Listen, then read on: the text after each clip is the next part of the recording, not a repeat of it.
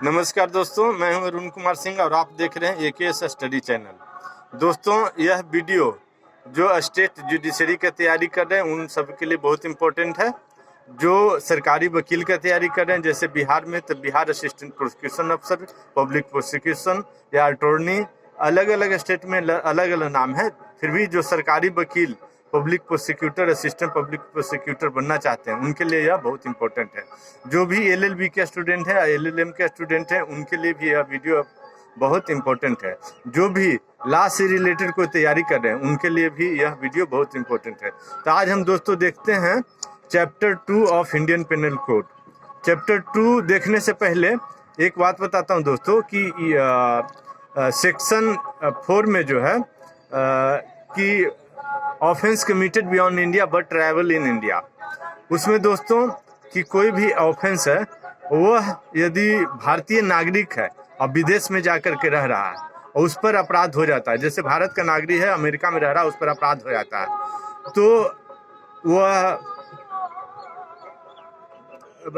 अपराधी एक्यूज यदि अमेरिका का सिटीजन है तो एक्सट्रेडिशन एक्ट 1960 द्वारा यदि अमेरिका से एक्सट्रेडिशन है तो इंडिया गवर्नमेंट मांग सकती है उस एक्यूज को और तब उसका ट्रायल इंडिया में होगा। अदरवाइज एक्सट्रेडिशन ट्रीटी नहीं है तो उसका ट्रायल अमेरिका में ही होगा दोस्तों। बट यदि Indian citizen all over the world beyond India they go for tourist purpose and they commit the crime, then he will be trialled only India as per Indian penal code.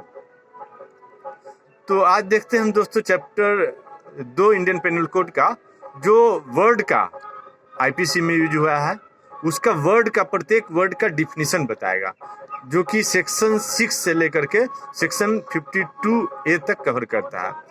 तो section 6 है दोस्तों, definition in the code to be understand subject to exceptions.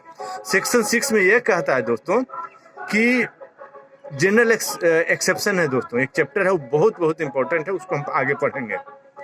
उससे तो 2-4 question प्रत्येक competitive examination में आते ही हैं, चाहे आप बिहार जुडिशरी की तैयारी कर रहे हैं, एपीओ की तैयारी कर रहे हैं, कोई भी कम्पिटिटिव एग्जामिनेशन की तैयारी कर रहे हैं, या एलएलबी कर रहे हैं या एलएलएम कर रहे हैं।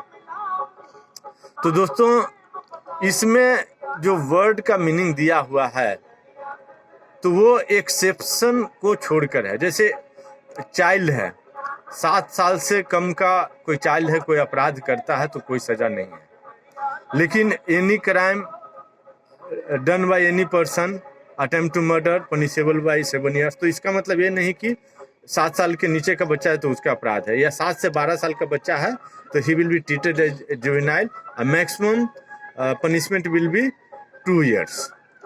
तो जनरल एक्सेप्शन को छोड़ करके लागू होगा, जनरल एक्सेप्शन पे लागू नहीं होगा। सेक्शन 6 में ये कहता है दोस्तों। सेक्शन 7 में कहता है sense of expression once explained used in every part of this code conformity with the explanation.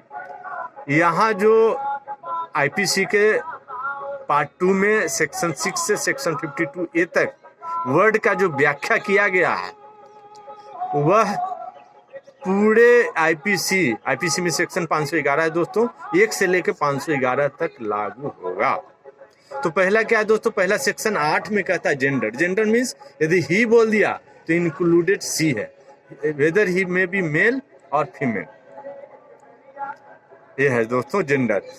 The pronoun he and its derivatives are used of any person whether male or female.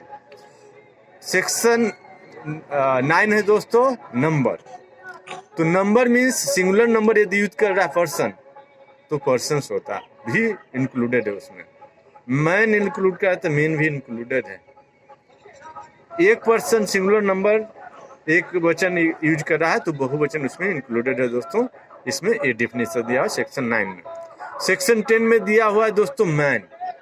यदि man denotes male human being of any age, the word woman denotes a female human being of any age.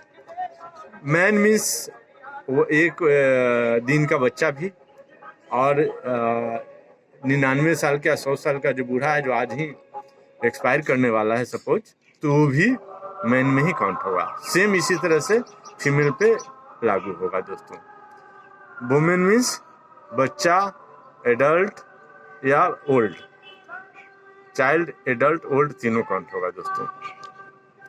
Next है दोस्तों section 11 जिसमें person include any company, any association, any body, all these forms, corporate हो जाएगा, all these forms person means living person, तो वो natural person हो गया दोस्तों। यदि कंपनी है तो वो आर्टिफिशियल पर्सन हो गया दोस्तों। यदि आप फॉर्म ऑफ बॉडी बनाए हैं तो वो आर्टिफिशियल है, लेकिन उसके जो मेंबर्स हैं वो नेचुरल मेंबर हैं दोस्तों। तो पर्सन मीन्स समझ गए दोस्तों कि पर्सन मीन्स या तो कंपनी, या तो नेचुरल पर्सन, या तो कोई एसोसिएशन है, क्या कोई फॉर्म है, वो पर्सन में काउंट होगा दोस्तों। तीसरा नेक्स्ट डेफिनेशन है दोस्तों public means any community,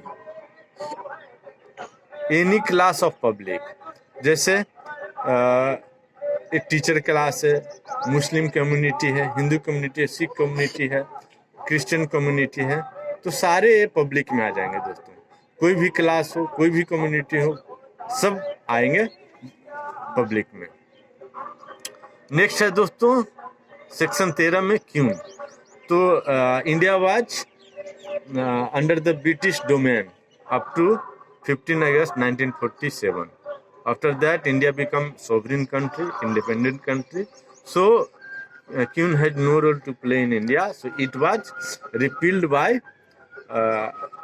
amendment of 1950. 1950 में एक अमेंडमेंट ला करके इसको हटा दिया गया, डिलीट कर दिया गया दोस्तों। अब हम देखते हैं दोस्तों सेक्शन 14। सेक्शन 14 में है दोस्तों गवर्नमेंट सर्वेंट।